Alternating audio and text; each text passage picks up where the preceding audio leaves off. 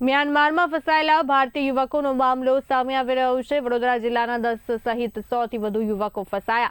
Data entry નોકરીના નામે મોટા રેકેટનો ખુલાસો થયો છે। વિડીયો વાયરલ કરી વતન પરત લાવવાની ગુહાર। ધારાસભ્યે વિદેશ મંત્રાલયને પત્ર લખીને મદદ માંગી છે। ગઈકાલે મ્યાનમારથી એક વિડીયો મારા 3.5 સાલના દીકરો ગુંજન સાનો એ આગળ વિડીયો મારફતે એને ત્યાંની મ્યાનમારની આખી વિગત દર્શાવી। છેલ્લા 20 દિવસથી આ લોકો એક ફ્રોડનો ભોગ બનેલા છે અને અહીંયા જેમ કહીએ છીએ અને એમ તો લોકોને સરકારના માધ્યમથી હોમ ડિપાર્ટમેન્ટના માધ્યમથી ઘણીવાર જણાવવામાં આવ્યું છે કે ભાઈ ડેટા એન્ટ્રીમાં નોકરીની પ્રલોભનો આપીને ડેટા એન્ટ્રી માટે છોકરાઓ છોકરીઓ જોઈએ છે એમ કરીને વિદેશમાં માટેની એક ઓફરો પ્રલોભનો આપતા હોય છે અને એમાં છોકરાઓ આપણા દીકરીઓ ફસાતા હોય છે।